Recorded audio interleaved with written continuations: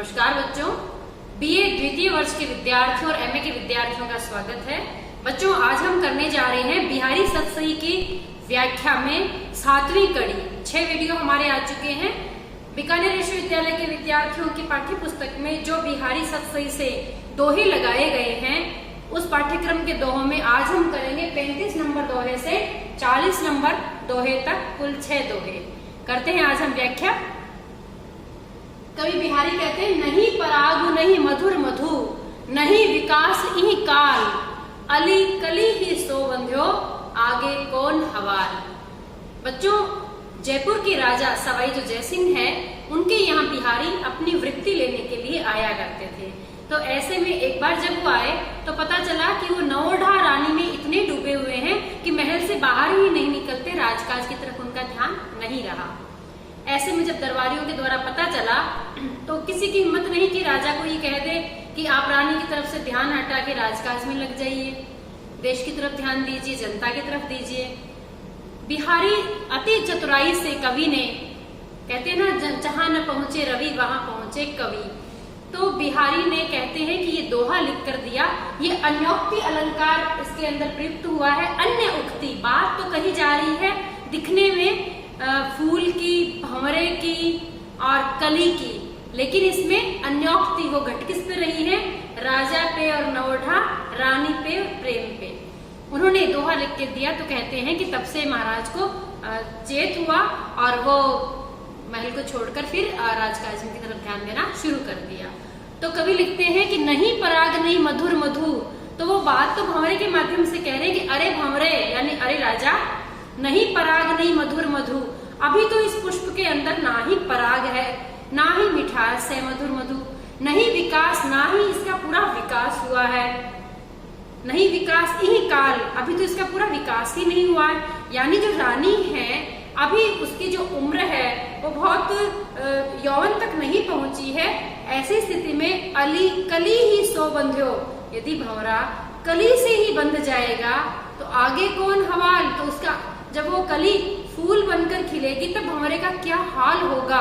तो देखिए बच्चों, इसके अंदर कवि ने दिमाग लगाया कि रानी की प्रशंसा भी कर दी इसके अंदर कि भी रानी तो अभी बालिका ही है, जब पूर्ण यौवन इसके ऊपर आएगा तब हे राजन तुम्हारा क्या हाल होगा, अभी से भंवरा उससे बंध जाएगा तो क्या हाल होगा।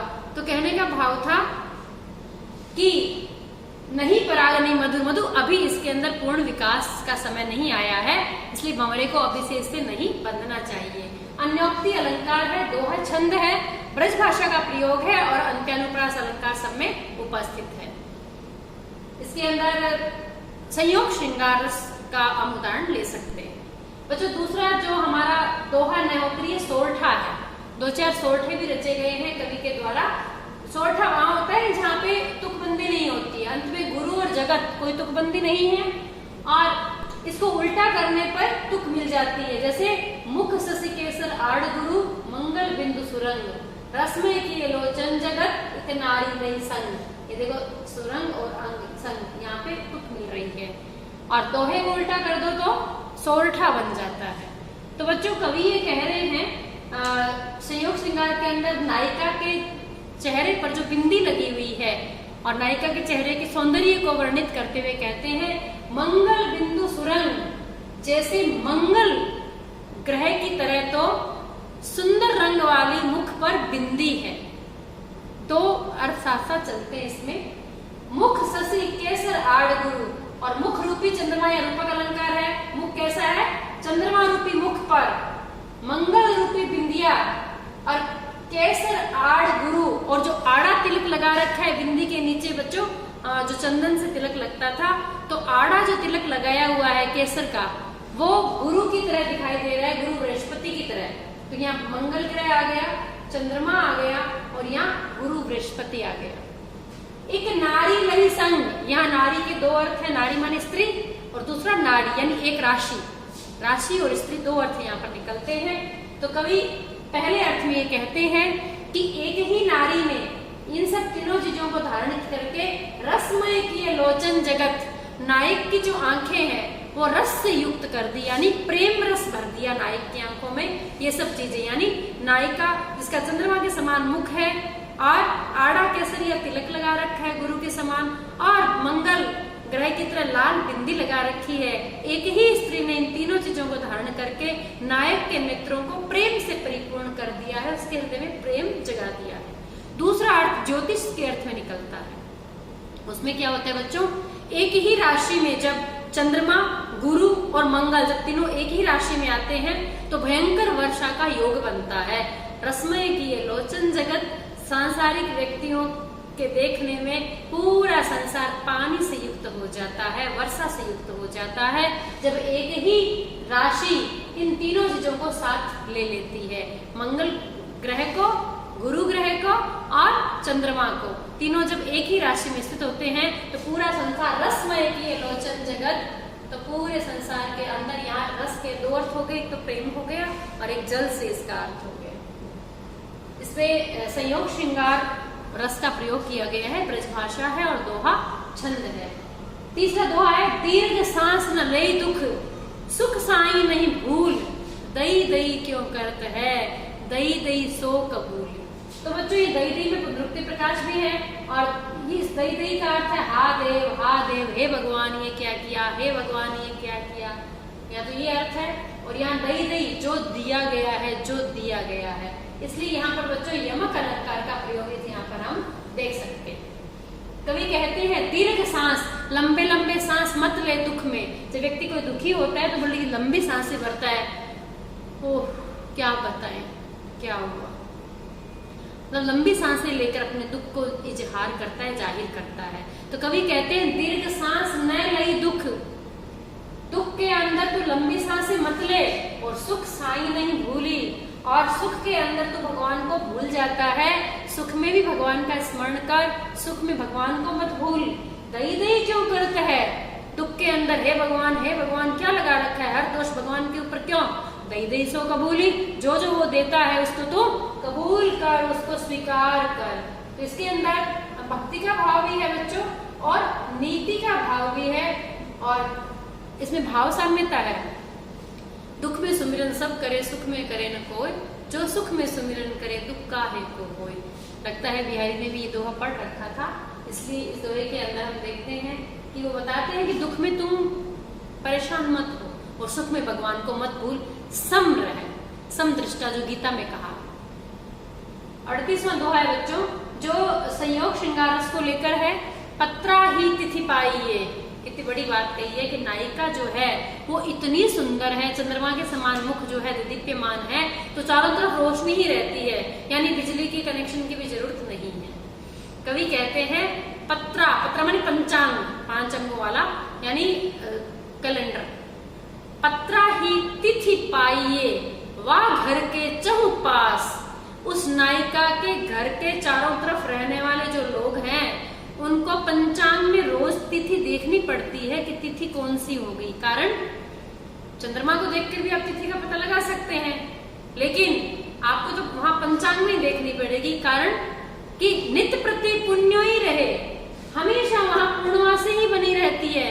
आनंद ओप उजास, जो आनंद चेहरा है नायिका का, उसका इतना उजाला फैला हुआ रहता है, इतनी ज्यादा उसका प्रकाश उजियारा फैला रहता है कि आसपास रहने वालों को पता ही नहीं चलता है कब अमावस्या आई, कब गई, कब एकम, कब द्वितीया, कब चंद्रमा की कलाएं क्षीण हुई, कब बढ़ी, पता ही नहीं चलता। कारण कि एक चंद्रमा हर समय घर के पास रहता है उस नायिका के रूप में। तो बच्चों यहाँ अतिशयोक्ति अलंकार भी है, ठीक है, नायिका के सौंदर्य का चित्रण किया गया है, लेकिन यहाँ पर अतिशयोक्ति अलंकार का प्रयोग भी किया गया है। अतिशय उक्ति, बहुत ज्यादा बढ़ा चढ़ा कर इस बात को कहा जाए कथन को। तो लगी या मन सदन में, हरि आवे की बाट, विकट जड़े जो लघु निपट, खुले न कपट कपाट। ये भक्ति भावना का दोहा है, और कवि बिहारी ये कहते हैं कि तब तक, तो लगी जब तक, या मन सदन में, या रूपक अलंकार है, मन रूपी घर, रूपक, तब तक इस मन रूपी घर में हरि भगवान आवे की ही बाट, माने मार्ग, रास्ता, भगवान इस मन रूपी घर में आए तो भला किस मार्ग से आए, क्योंकि बड़ी भयंकर बाधा बीच में है। कैसी? विकट जड़े, बड़े विकराल भयंकर रूप से जड़े हुए हैं। क्या? जो लघु निपट पूर्णतया खुले न कपट कपाट, जब तक आपके मन में कपट भरा हुआ है। यहाँ भी रूपक हो गया कपट कपाट, कपट रूपी किवाड़, जब तक भयंकर रूप से, विकराल रूप से, मजबूती से, यहाँ विकराल ने होके मजबूती से जड़े हुए हैं पूर्णतया, तब तक भगवान उस हृदय में प्रवेश नहीं कर सकते, हरि का प्रवेश वहां नहीं हो सकता। बच्चों, तुलसीदास जी ने भी कहा है, निर्मल जन मन सो मोहि पावा, मोहि कपट छल छित्र न भावा। तो यहाँ भाव साम्यता भी है तुलसी की बात से, और कवि ये कहना चाह रहे हैं कि जब तक हृदय और मन निर्मल नहीं होगा, कपट से मुक्त नहीं होगा, तब तक भगवान तुम्हारे हृदय में नहीं आ सकते। भला आवे भी तो किस मार्ग से, क्योंकि कपट रूपी किवाड़ जब तक बंद है, तब तक भगवान के आने का मार्ग बंद है। भक्ति भावना हम देख सकते हैं दोहे के अंदर, और रूपक अलंकार देख सकते हैं। ब्रज भाषा है, दोहा छंद है। अगली जो पंक्ति है बच्चों, ये नीति की बात कह रहे हैं कवि, और बहुत गहरा दोहा है इनका। तंत्री नाद, तंत्री नाद होता है तंतुओं से बने हुए जो वाद्य यंत्र होते हैं, जैसे वीणा है, रावण हत्था है, सारंगी है, ये जो तंतुओं से बने हुए जो वाद्य यंत्र हैं, ये तंत्री नाद कहलाते हैं। तो तंत्री नाद माने आवाज, स्वर। वीणा का जो मधुर स्वर है, कवित्व रस, काव्य से उत्पन्न जो रस है, जो आनंद है, क्योंकि काव्य को पढ़ने, सुनने और देखने से हमें जिस आनंद की अनुभूति होती है, हम उसे रस कहते हैं। तो कवित्व का जो रस है, काव्य का जो रस है, वो रस सरस राग, और रस से युक्त जो राग रागिनियां हैं विभिन्न प्रकार की जो संगीत के अंदर, और रति रंग, रति कहते हैं प्रेम को, और जो प्रेम का रंग है बच्चों, ये चार चीजें इन्होंने बताई है कवि ने, कि वीणा के मधुर स्वर, काव्य का रस, आनंद, और सरस रागिनियां, और प्रेम का रंग। ये चारों चीजें ऐसी है कि इनमें व्यक्ति को डूबना पड़ता है। संगीत में जब कोई व्यक्ति डूबकर गाता है तब वो चीज निकलती है। प्रेम भी कोई व्यक्ति डूबकर करता है तभी उस प्रेम का आनंद होता है। ऐसे ही किसी काव्य के बारे में पूर्ण जानकारी होती है, अपन डूबकर उसको पढ़ते हैं या सुनते हैं, देखते हैं, दत्तचित्त होके, तल्लीन होके किसी नाटक को, तो हमें वो रस और आनंद मिलता है।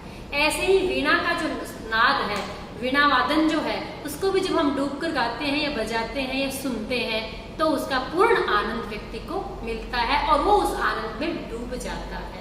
यहाँ देखने में बच्चों विरोधाभास अलंकार नजर आता है, असंगति भी नजर आती है। कि बात ये कही है, बूढ़े माने डूबना, बूढ़ना डूबना ब्रज भाषा में। अनबूढ़े जो इन चारों चीजों में डूबे नहीं, वो तो डूब गए।